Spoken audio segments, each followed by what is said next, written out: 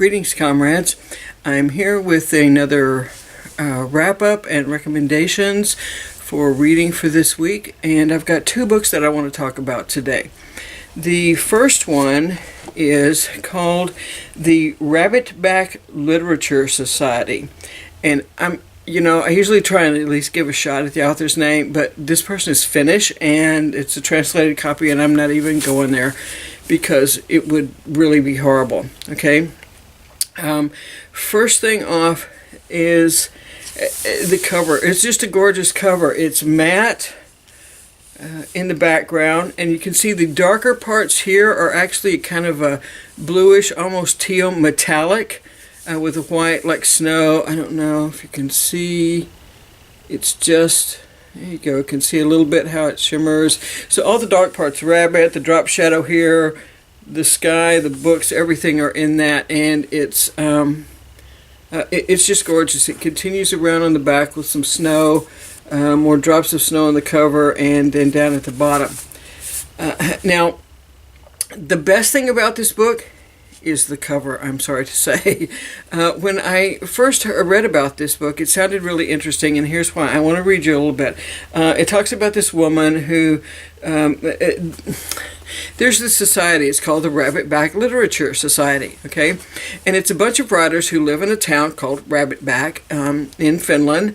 And there was a society that was formed by this woman named Laura White, who was a children's book author. And she went by some essays and things like that. And she picked these children, 9 students, over the period of 2 or 3 years, I think, to be members of the Literature Society, and she took them and she taught them and molded them and to train them to become writers. And they all did, and they were all successful to one degree or another in one way or another.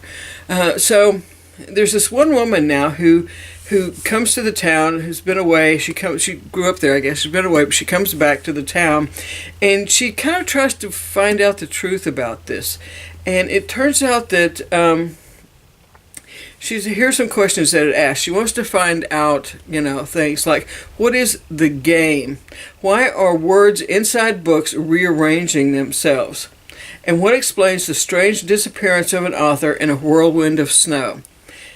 Now, if you're a bibliophile and you love reading and things like that, anything that talks about literature on the cover, it's a fiction book, is going to be interesting. And when it says words start rearranging themselves in the book, okay, then we get into the mystical, magical, fantasy type stuff, which can also be interesting and added to this. So I was really interested to read this book. However, this book is like a constant leading you on, but the author never puts out. Which is kind of odd, because this game that they talk about is all about the authors inside the book. One author challenges another one, and that one has to tell the challenger everything that they ask about, and they have to tell the truth, and they have to tell everything, or they get booted out of the society. And the society is everything in this town, and this author who started it is everything in this town. I mean, she's world famous, and she's like a goddess in this town, okay? So this woman who comes there, she begins to try and find out about what's going on in this society, and things get a little weird, and books are not just rearranging words, they're rearranging the whole stories. She's teaching a class, and someone does a report on what was it? I think it was Crime and Punishment. And they're like, did you even read this book? Because it's a completely different, he's writing his report on a completely different story, and she gets a copy, he gives her a copy of the book, and she reads it, and it's not anything like what the actual story is. So then she kind of tries to find out about this. Now, the problem with this book is that there's things like that happen, and there are several other little things along the way that happen that are just not normal. They don't happen in the normal 3D world that we all know and live in, okay? But when you go to find out about them, it always ends up being a disappointment. You kind of find out what's going on, and there are several different things like this, like the books. There's other things. So you find out what's going on, but you never find out how, and you never find out why. these things are going on. The characters, none of the characters are really all that appealing. The main character is a little bit two-dimensional, I think.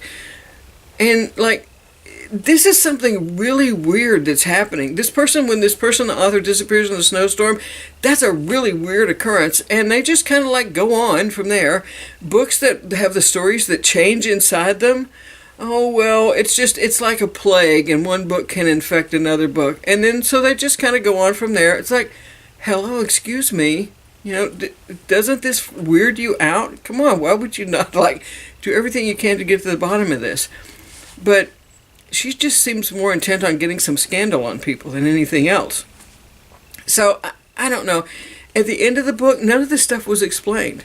Now, I think on Goodreads I put this in at 2 stars. It's basically 1.5. I gave it 2 simply because there is one part of the story that does, at the very end, I mean like in the epilogue, almost the last page of the epilogue, finally gets explained.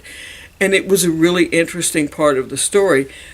But it wasn't anything that was mystical or magical. So you're kind of left with, oh, well, there's this kind of like evil creature out there that kind of causes these things. And that's left for you to assume that that's the resolution of the story, because the author never resolves it, and the author never tells you. The writing is not bad. It's perfunctory. It's solid. It's, you know, he doesn't have the characters do stupid things for the most part in order to advance the plot. But then there really isn't a plot.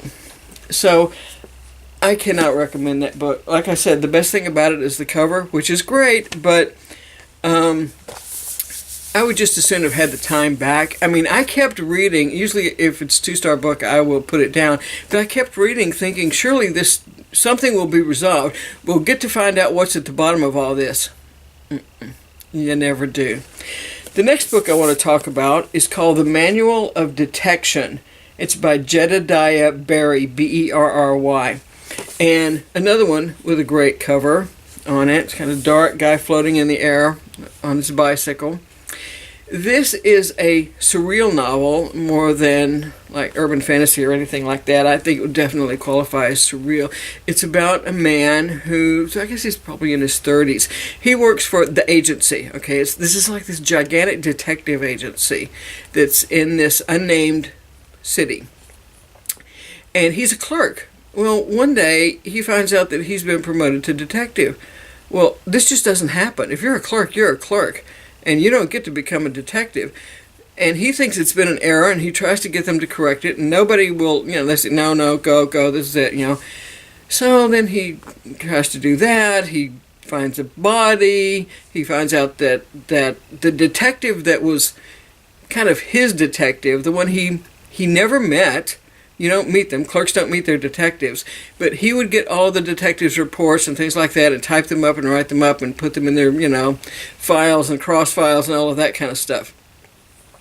Well, this detective has gone missing. So he thinks that in order to figure out who killed the body he stumbled across and find the detective that's missing, he's got to figure out what he was working on last. And at this point, a lot of old arch enemies have come back into the picture that have been quiet and have been gone for a long time. So there's like a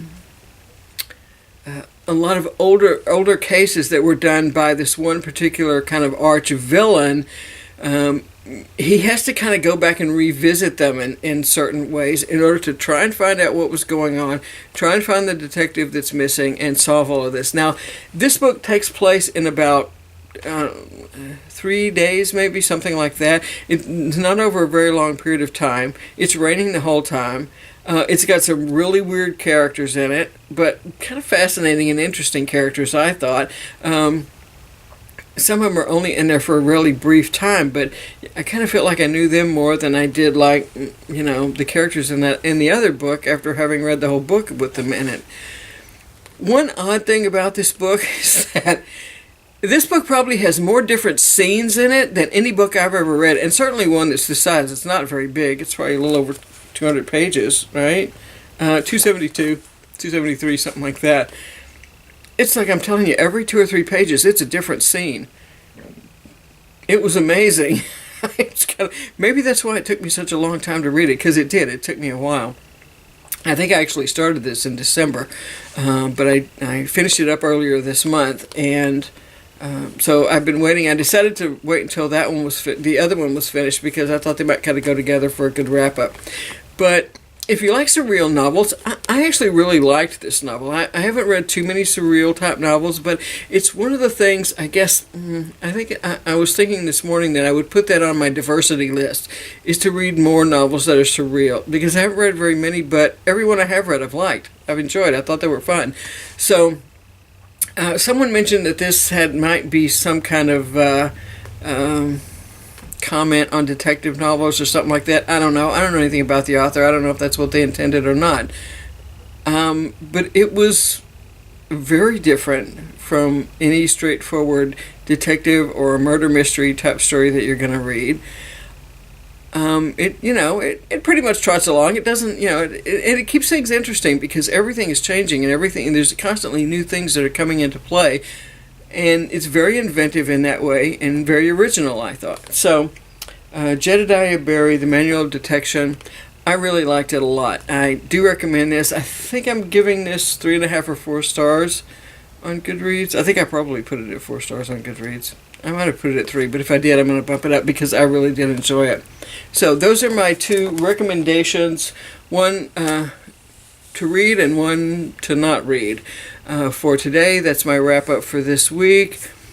I'll have another video coming up probably later on this week too, or this weekend, for my January book haul. Alright, so hope you'll tune in for that as well. So for now, happy trails and happy reading. Bye.